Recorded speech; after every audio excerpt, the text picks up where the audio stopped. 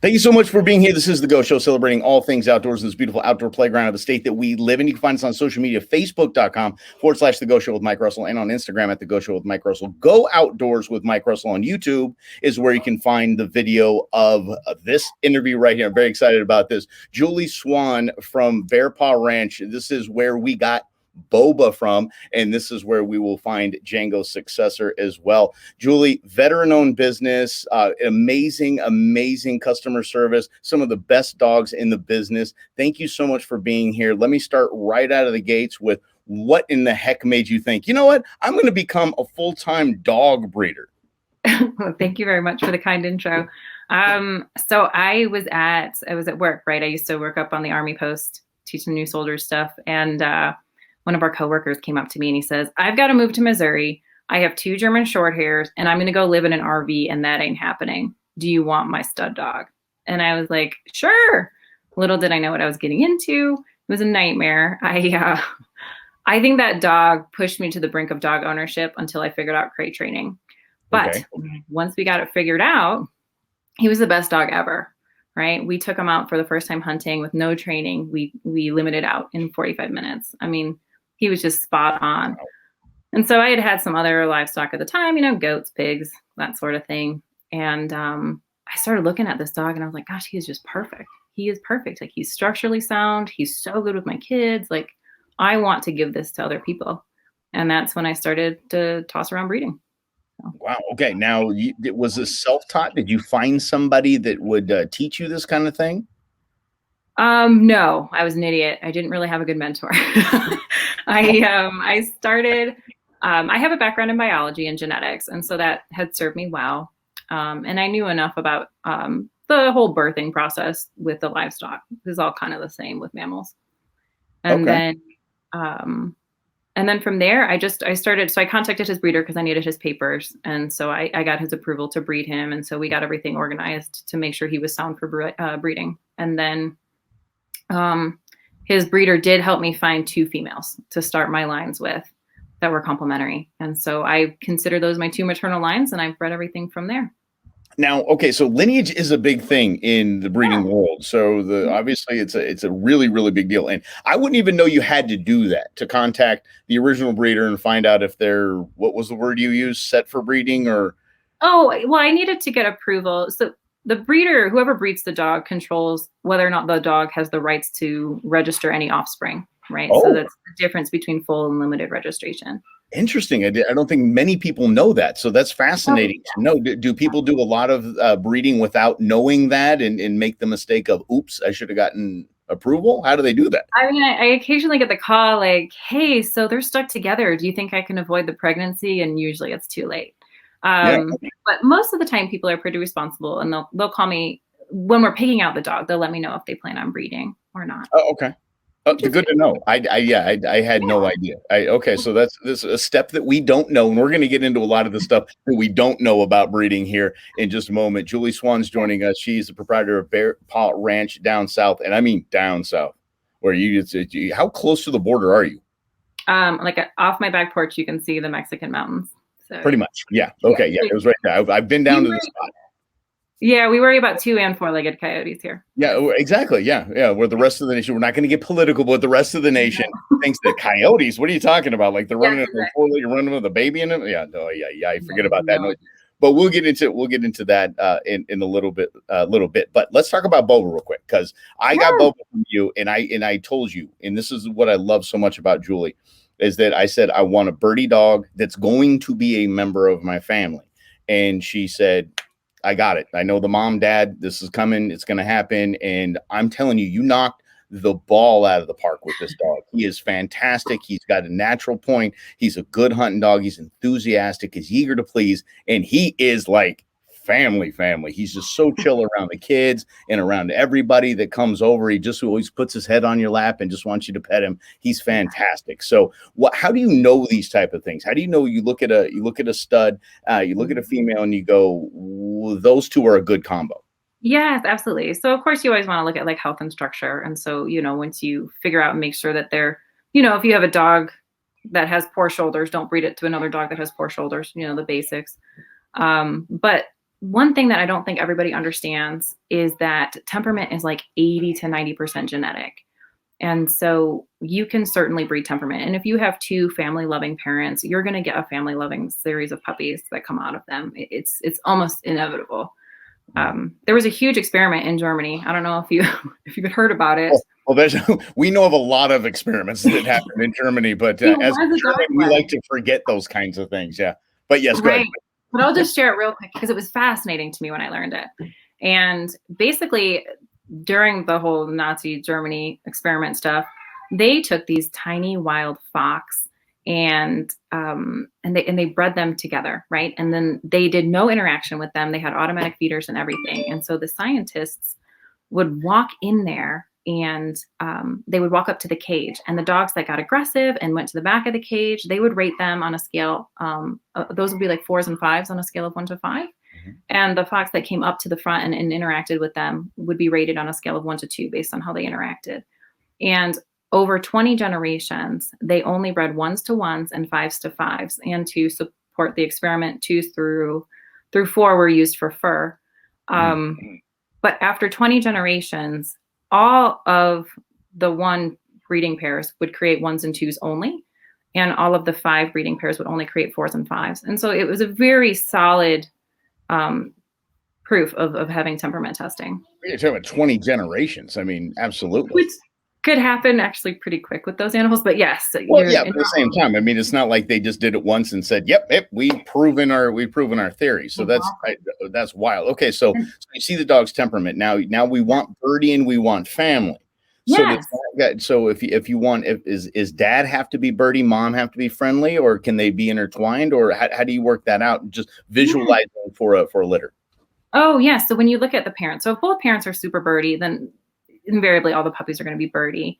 For example, like your dog's dad, he has an incredible nose and he's kind of a idiot with his eyes. He doesn't really see things. He just finds them with his nose. And yeah. And your mom, she's relatively visual. She's got a good nose, but she's also visual. And so I found a balance by breeding those two together. We improved the nose and the visual aspect. So your dog in theory should be better than both the parents. Now, this is Julie Swan with Bear Paw. We're huge, gigantic, ginormous friends of Bear Paw and fans of Bear Paw because there was an issue that we'll talk about at a different time. One just steps up. And what's your website that is attached to your email address is Honest Dog Breeder. And that's what you are. And I think it's one of the most fabulous things because breeding the entire industry kind of gets shady the farther you go down into certain lines. And it's just so cool and refreshing, especially that you're local and you get GSPs. So I'm very excited about that too. It's a double, but it's neat to see honesty in this. Talk to us quickly. We just got a couple minutes before and I hope you can stay with me through the next segment. But sure. I wanted to ask you about the overbreeding. Like that seems to be an issue in a lot of breeds, and people are like, oh, that's just because of breeding. That genetic defect's because of breeding and overbreeding. What do you say to people like that? How do you overcome that? Well, do you overbreed, or how many dogs have you had? And people getting all snooty about that kind of stuff. And you're talking about overbreeding as in like one breeder having too many dogs? Is that in general, just the defects that come from they get blamed on overbreeding. Yes, like German shepherds with their hip dysplasia comes to mind. That kind of stuff. For that. So I think it really comes down to health testing. You know, these things don't generally spontaneously occur. And if they do, you generally pull those dogs from your program. And so part of finding a good breeder is finding one who is completing their health testing to kind of prevent you from having any issues. I think the reason people buy from breeders is to minimize the wild cards, right? You want to know what you're getting. And so to understand what you're getting, you can go to a breeder to find that. So when you go into a dog store or something like that, or a pet store, you're not going to know what you're getting. Correct. It's really, really hard to know what you're getting. And the chances of you not being able to actually contact the original breeder are very high when you buy from a pet store. If you were looking for a German Shorthair Pointer or a rat terrier, which we'll talk about in the next segment, because that kind of freaked me out until I looked at what actually a rat terrier is. Bear Paw Ranch is where you want to go. What's the website they can go to get the information? Bearpawranch.co. bearpawranch.co. It's fantastic information, and we're going to get into information. We're going to talk in just a few minutes right after the break. I want to talk about breeding during the pandemic, like how that changed everything in the breeding world and up demand and the like. And we will talk about rat terriers a little bit because once again, I had to look that up because it just didn't sound as really cool as they are. Julie Swan will continue with us with Bear Paw Ranch. That's where we got Boba, and that's where we're going to find Jango's successor as well. So we'll dip into that as well. So that's coming up next right here on the Go Show. Stay right there. And we continue with Julie Swan from Bear Paw Ranch. So excited to have her as she was the spot. She was kind of the mama of Boba, and before we got Boba, and now that we've lost Jango, she will be handling his successor as well. We're talking about just breeding in general in the last segment. So if you miss any of that, obviously the podcast is available on KFYI.com, Fox Sports, FoxSportsAZ.com, and I'm sorry, FoxSports910.com. Hold on, maybe I need some coffee. Hang tight. There we go. Got that all straightened out. And the iHeartRadio app. So, Julie, I want to jump in with this. This pandemic was rocking everybody's world and everybody's business, but there were some businesses that absolutely exploded during the pandemic, and dog breeding had to be one of those. How did it impact you? Yeah, it was a lot. I'll be honest with you. I was getting a contact once or twice a day, nearly every day for a steady 6 months, which is a lot. Yeah. And I think what was great is it helped a lot of people get through the pandemic. So I think, puppies are a lot to focus on. And so I think it was very helpful for a lot of people. Yeah. But I did find a few people would come and they just, like, they wanted to seize the opportunity of getting a dog, but maybe weren't as prepared as maybe they were supposed to be. Yeah. And so I did put a little bit extra pressure on breeders to make sure that we were vetting new potential buyers, to make sure that they just kind of knew what they were getting into. I mean, short hairs, they're a little crazy. So yes. Maybe not your first dog, right? Right. Oh, absolutely. And like Tony Marquez, who's been working with some of your dogs as well, like Tony Marquez has said, is that once you get one, you need two, because they need to be able to run each other. They need to be able to work off that energy and wrestle around and play, or you're going to have, it's going to be absolutely miserable with one GSP. Yeah. Like, you don't want to be their sibling. I'll be honest with you. It's just too much energy. And so it's very fun. If you are going to bring a second one on, it's always nice. Within like 2 years, I always think that that's a good smooth transition, because they're still puppies in their brain at that point. And so you bring on that second one, it's like, okay, we're like brothers, not like, an older dog and a younger dog. Oh, yeah. You have a hard time with this transition, but he's going to throw him right into the fire. And he'll be fine with it. He's got such a loving temperament. It'll be perfect. GSPs seem to love GSPs. Like, they just know each other are GSPs. Okay. It's a freaky German thing. I always say every time they do something dumb, I'm like, they're just freaky Germans. They're like their dad. It's just, we're just Germans. So they, let's get to the other breed at Bear Paw. Yeah, so, sure. Rat terriers. You told me rat terriers, and I had to look this up, and I have to tell you, I was kind of, when I did the Google images, I kind of did one of these, like, I don't know if I want to see what this thing looks like, because it sounds awful. They are one of the cutest, coolest looking breeds I've ever seen. What got you into these? They're so sweet. They're so sweet. I was looking for, so like, I'm a terrible groomer. Like, I have zero skills in grooming. So I was looking for a second smaller breed, and that would have the short hair, something that I could work with. And I love color genetics, and I just find it fascinating. And these dogs had all the color genetics you could think of. So it's been a lot of fun playing with it. Obviously health tested and everything first, but for the most part, you can have a lot of fun. Right. But why rat terriers? What was it, just because of the short hair, or what got you? Was there a demand for it? Yeah. So they're kind of more rare. They're 96 on AKC's list of popularity, as opposed to German short hairs, which are like 9. Yeah. So like, nobody knows, like yourself, like nobody's like, what the heck is that? Right. But I was finding a complementary dog to the German short hair. And so I work with a lot of veterans. And so I had had a lot of success with veterans with my German short hairs. And so I wanted to see if maybe I could find a dog that would do better in an apartment. So smaller, a little bit smarter for easier to train. Not that GSPs are dumb, but rat terriers are really smart. Let's call it what it is. Okay. Sometimes they have their moments of brilliance and their moments of absolute stupidity. We know that. Yes. Yeah. Well, I know you're speaking from experience, so there you go.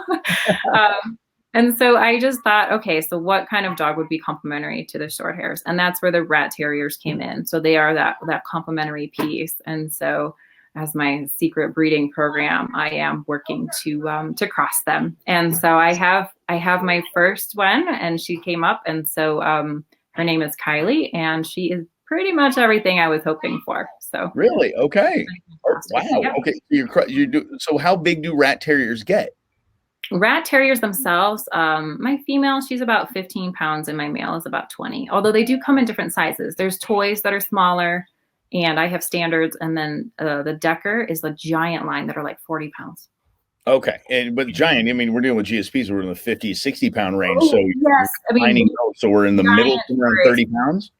yeah, they're like 35 to 40 pounds. So Oh, they're considerably larger than what a standard rat terrier is. okay. I can't wait to see this. I can't wait to you need to send me a picture. You say you have one that has been They successful. look like they wrestle for a living. The Deckers do. Yes. Really? Yeah, they're pretty beastie. I Mhm. love that. Okay. Well, okay. So you are very helpful. This is the great part about you in a bear paws that if you have questions, you answer them, and you answer them intelligently. You don't answer them salesy. And that's what one of the many, many things that I appreciate about you and Bear Paws, that you really do help to inform. And so you have advice too for people that thought, hey, you know what? I could probably do this. I could probably get a male and a female and drop a litter or two. I could get into this breeding thing, maybe some side scratch. What would you Yeah. tell people thinking about doing that? Yeah, so I think it's just one of those things. Again, always stress health testing to get started with any of your stock. And when you're getting started with a breeding program, spend your money on the best dogs you can start with, because that is so key. Your problems will be so much smaller. There's already enough stuff to deal with in breeding. You don't want to have to deal with health problems. So having that said, and then the other thing that I think is so important is having a goal in your program. So know who you're breeding for, know the lifestyle of the owner that you want to breed for, right? I mean, you're such a perfect example, Mike, of what I'm going for. A family, that goes out and enjoys their dogs. Their dogs are part of their family, and then they get to hunt. Like, that's such an ideal home. And so I breed for that. And I think when you get started in breeding, it's only half the equation to pick the dogs. You have to pick who you're breeding for.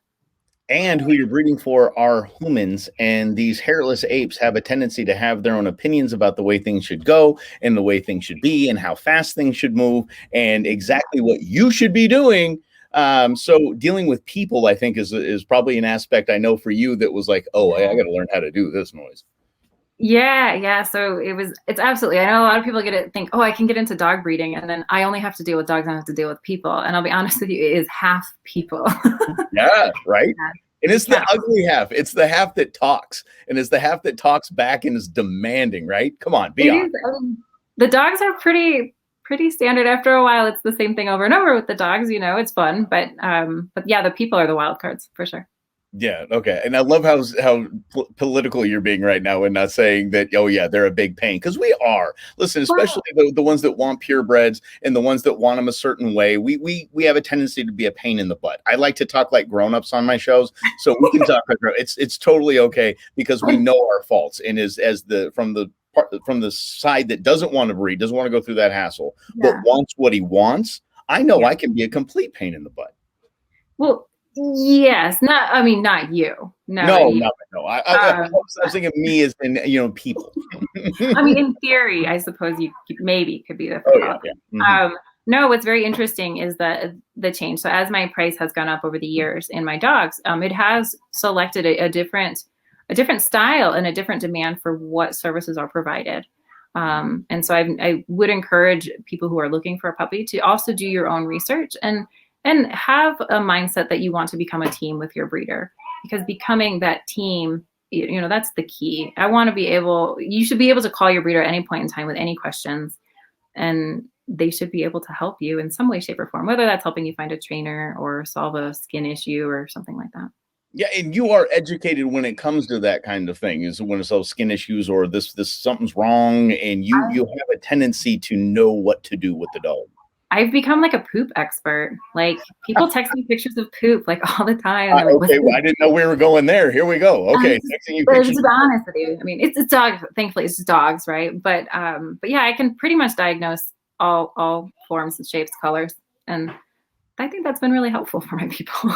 Well, yeah, and here's the deal. And you did mention that your prices have gone up through the years. I'm telling you, I'm going to say this right now. And Julie, I don't endorse this. I just found a good breeder that I will always use, and her and I have history, and is fantastic history.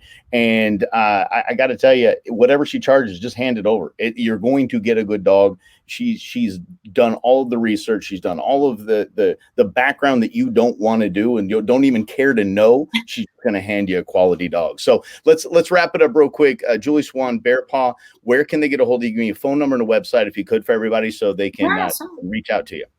Yeah, so you can go to my website. It's bearpawranch.co, and you can call me at 520-732-9775, and text is fine.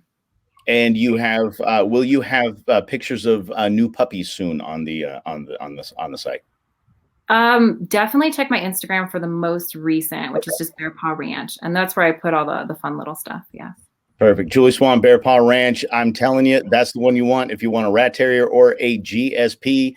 Coming up next, we start the second hour of the show like we do each and every week with the outdoor headlines of the day. And this one is going to bring gnashing of the teeth, I got to tell you. But hang in tight. It's coming in next right here on The Go Show. Stay right there.